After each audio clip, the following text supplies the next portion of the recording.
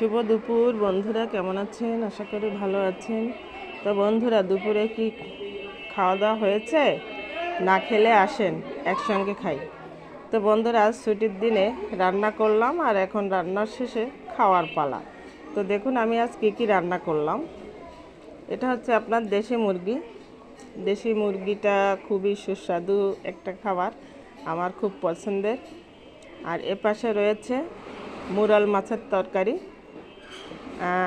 এটাও আমার খুব পছন্দের। আমি আগেও একদিন এটা রান্না করেছিলাম, খেয়ে মেয়েরা খুব খুশি, তাই তাদের অনুরোধে আবারও রান্না করে দিতে হলো।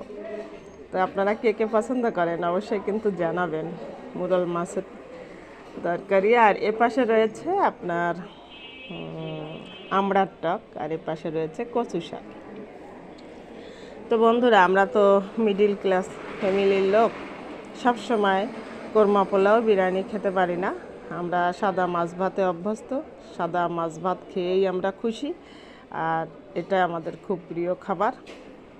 তো আপনারা কে কে পছন্দ করেন চলে আসুন খেতে।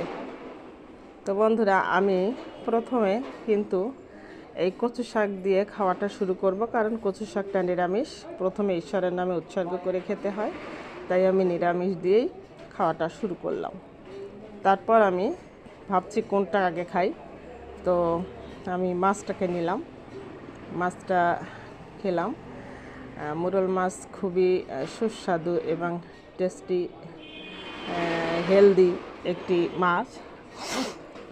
খেতে আমার খুবই ভালো লাগে এবং আমার খুব পছন্দের, ছোটোবেলা থেকেই খেয়ে আসছি। তো মাছ খাওয়া শেষ হলো, কচু শাক খাওয়া শেষ হলো, এখন তাহলে মাংসের পালা। হ্যাঁ বন্ধুরা, আমি এখন মাংসটা নেব। তো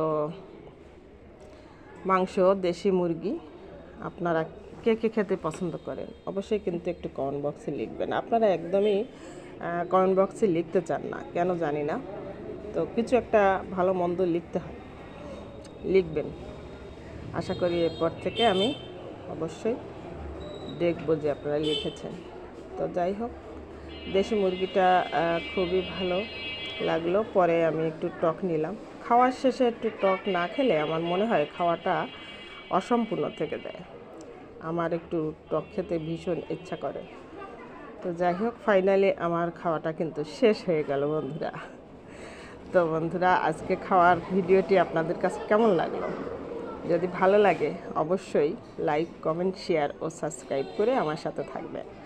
তো সবাই ভালো থাকেন, সুস্থ থাকেন, সবাইকে বাই।